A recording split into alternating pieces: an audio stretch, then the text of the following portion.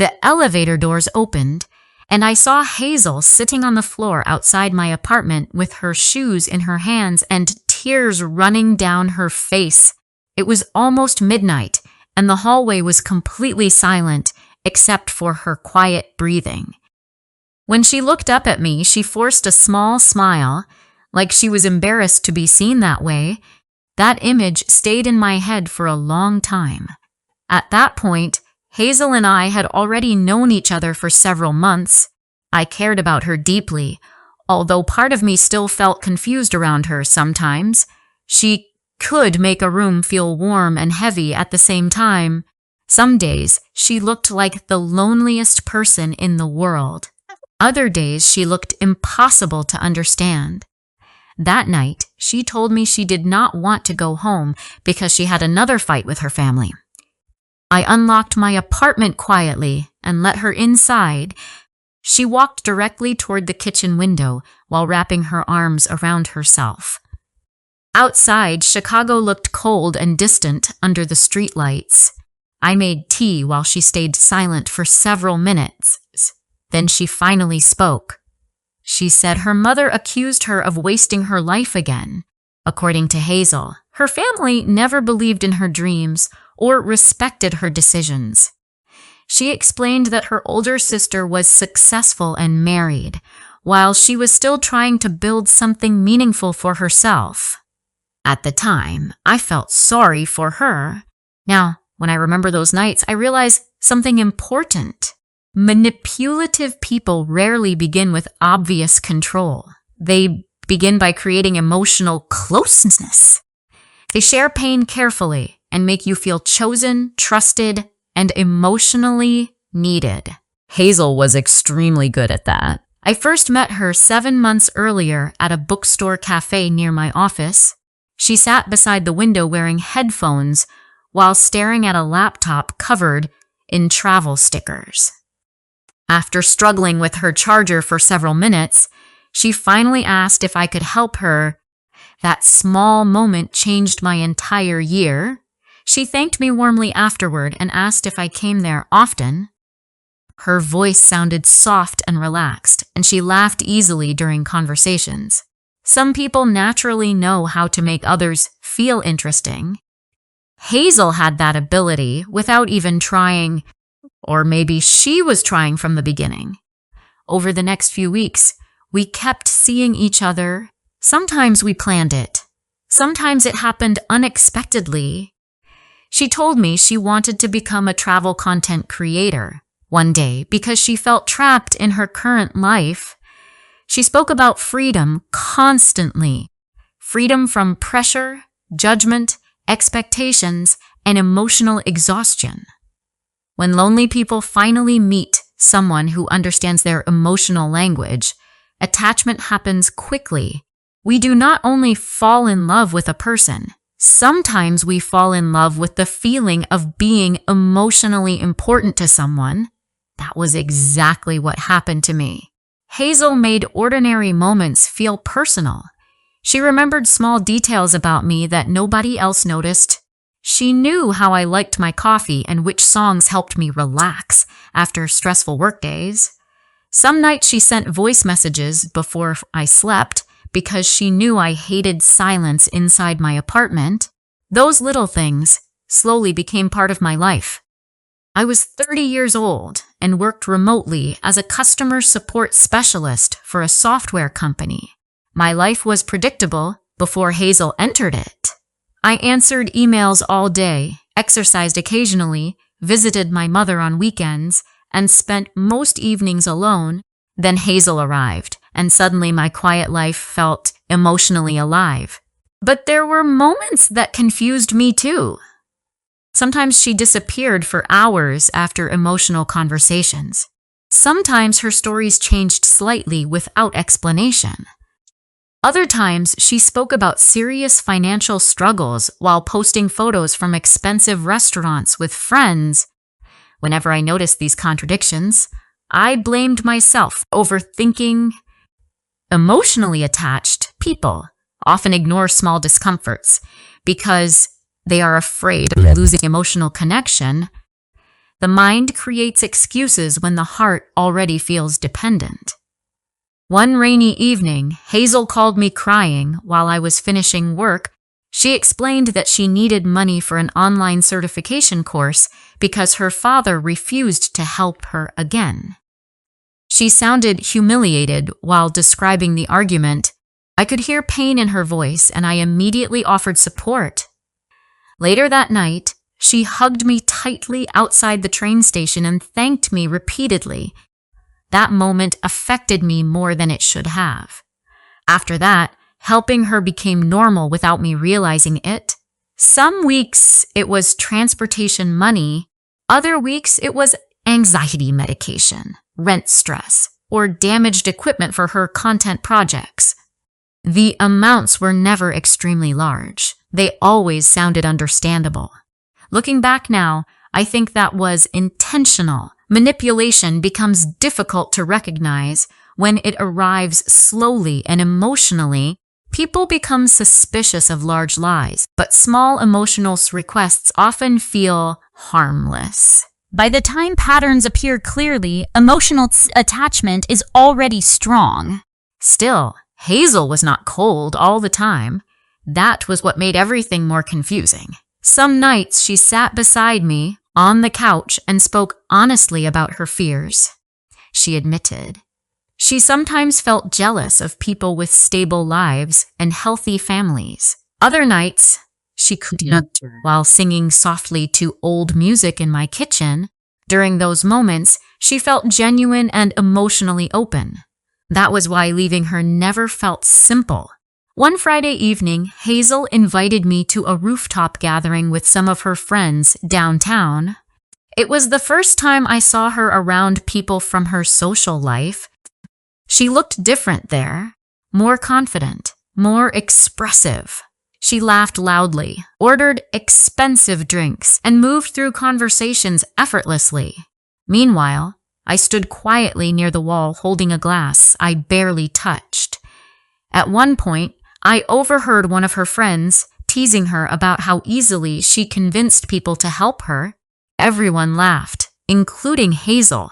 When she noticed me looking toward them, her smile faded for a second before she walked over and wrapped her arm around mine affectionately.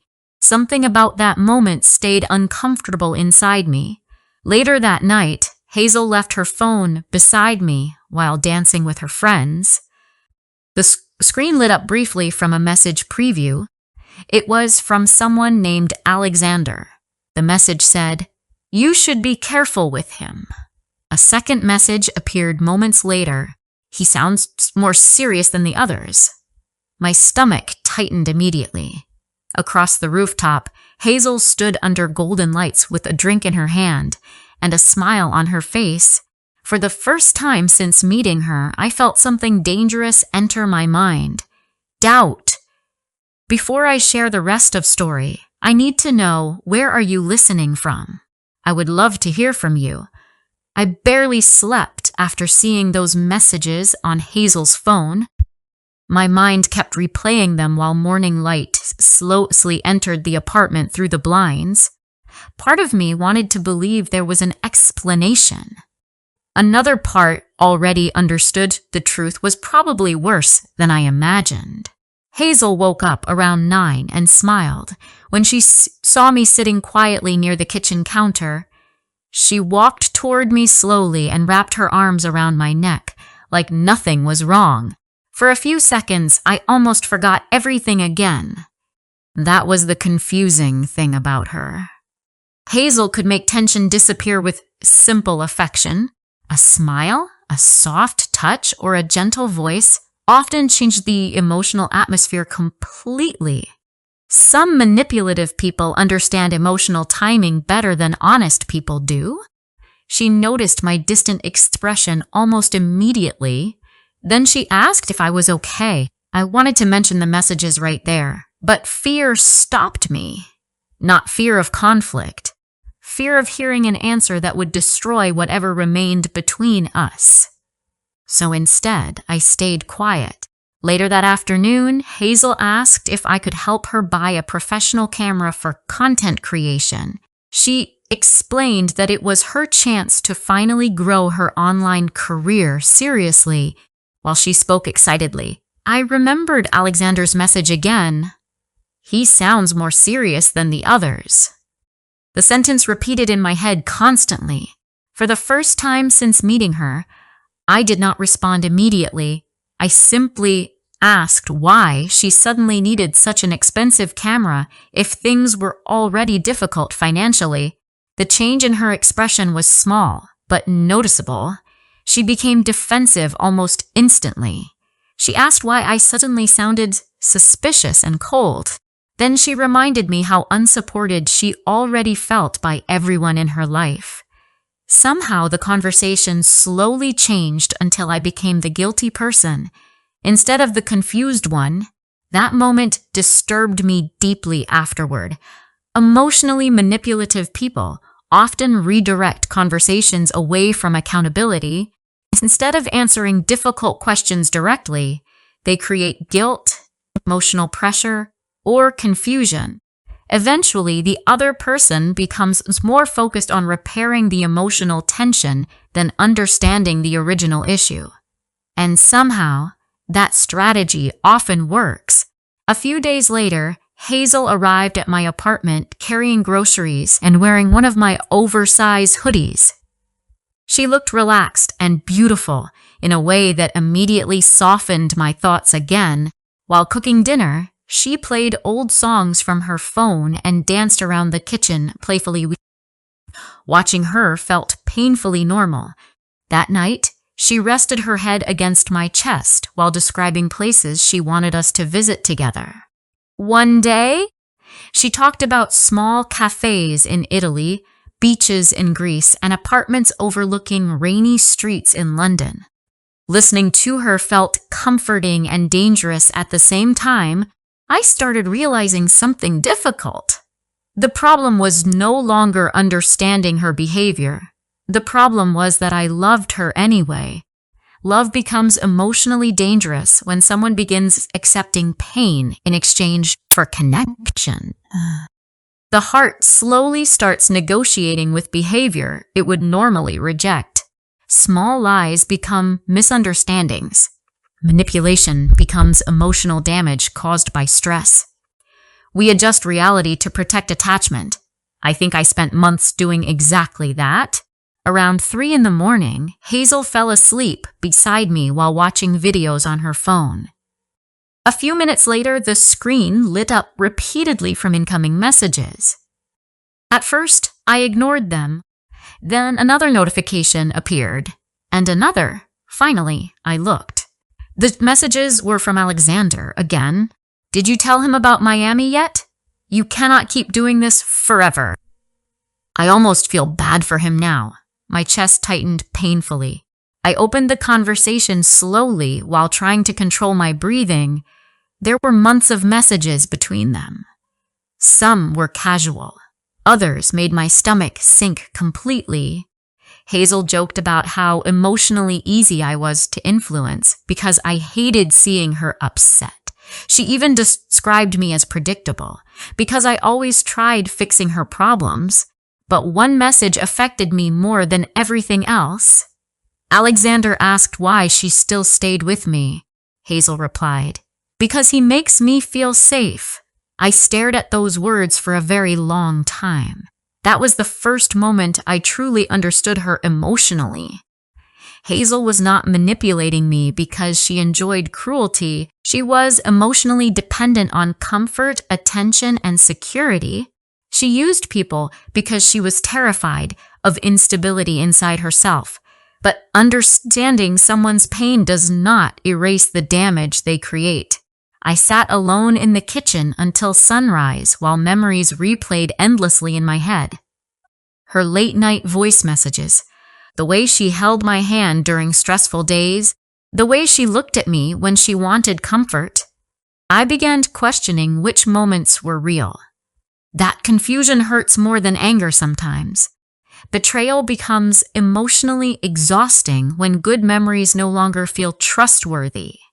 The mind starts revisiting every emotional moment, searching for honesty When Hazel woke up later that morning, she noticed my expression immediately. At first, she denied everything. Then she cried. Then she blamed her difficult childhood and unstable relationships. Then she admitted something quietly. She said she never planned to fall in love with me. The apartment became completely silent after that. For the first time since meeting Hazel, I saw fear in her eyes instead of control. And strangely, that scared me even more. The apartment felt strangely cold after Hazel admitted she had fallen in love with me. Morning light filled the kitchen quietly while neither of us spoke. She sat across from me with red eyes and trembling hands, waiting for some kind of reaction. But I no longer knew what I felt. Part of me still wanted to hold her and believe everything could improve. Another part felt emotionally exhausted in a way I had never experienced before. Loving someone dishonest changes the way your mind reacts to affection. Even sincere emotions begin feeling dangerous after enough lies. Hazel finally broke the silence by asking if I hated her. I told her no. And that answer surprised both of us. I did not hate Hazel. In fact, that was part of the problem. Hate would have made leaving easier. Instead, I understood her too well. I understood the insecurity behind her manipulation. I understood her fear of abandonment, her need for emotional control, and her constant hunger for reassurance. But understanding pain and accepting mistreatment are not the same thing. Over the following weeks, Hazel changed in ways I had never seen before. She stopped asking me for money completely.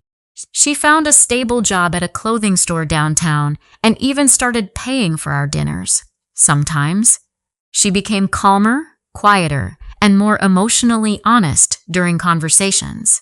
At first, I wanted to believe this was the beginning of something healthier. But trust does not return the moment behavior improves.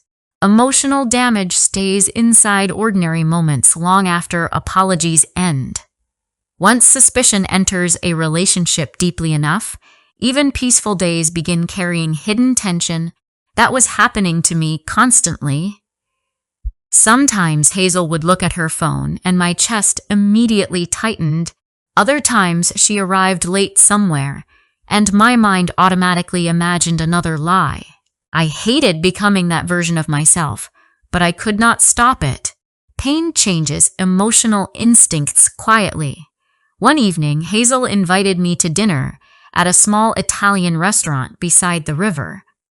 She looked nervous from the moment we sat down. She kept fixing her sleeves repeatedly and barely touched her food. Then she finally looked at me carefully and said she wanted us to get married. One day, for a second, everything around me became silent. Months earlier, hearing those words would have made me happier than anything else in my life. I had imagined a future with her many times already.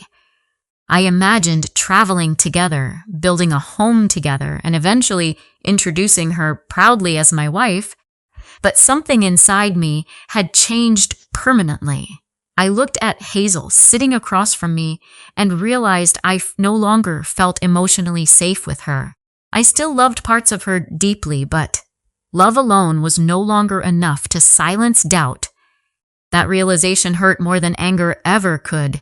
People often believe relationships fail because love disappears. Sometimes love remains completely alive while trust slowly dies underneath it. And once trust collapses deeply enough, the relationship begins feeling emotionally unstable, no matter how strong the feelings still are. I explained this to Hazel as gently as possible. I told her she had become important to me in ways she probably never understood. But I also admitted that I no longer recognized which memories between us were fully honest and which ones were emotionally calculated. I said I did not want to spend years questioning every difficult conversation or wondering whether future tears were real. Hazel began crying quietly before I even finished speaking. Then she asked if I believed people could truly change. I told her yes, but I also told her something else. Sometimes people change after damaging the relationship beyond repair. That sentence seemed to break something inside her. She looked down at the table for several minutes before speaking again. Then she admitted the most painful truth I had heard from her since we met.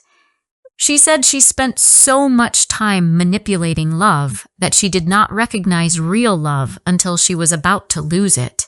Neither of us spoke much during the drive home afterward. A few days later, we ended the relationship quietly. There was no screaming, no dramatic fight, and no revenge. Just sadness. Deep, exhausting sadness between two people who cared about each other at the wrong stage of emotional maturity. The months after our breakup felt strange at first. I missed her voice constantly. I missed her random late-night messages and the way she filled silence inside my life. But slowly, something else began replacing the loneliness. Peace. I stopped feeling emotionally responsible for another person's chaos. I stopped checking my phone with anxiety. I stopped wondering whether kindness was being appreciated or used. And for the first time in a long while, I felt emotionally stable again. About 6 months later, I saw Hazel unexpectedly outside a cafe downtown. She looked different immediately, simpler, more grounded. There was less performance in her behavior and more calmness in her expression. We talked for a few minutes about work and life. She told me she had started therapy and was rebuilding her relationship with her family, honestly this time, instead of using emotional stories to gain sympathy. Before leaving, she looked at me quietly and smiled with visible sadness in her eyes. Then she said something I still think about sometimes. She said, "You were the first person who cared about me enough to stop believing my lies." I watched her walk away through the crowded sidewalk while cold wind moved across the street, and deep down, I realized something painful but important. Sometimes people become genuine only after they lose the person who loved them sincerely. If this story touched your heart, remember that real love cannot survive without trust. Like, comment, and subscribe for more emotional English stories that help you improve your listening and understanding naturally.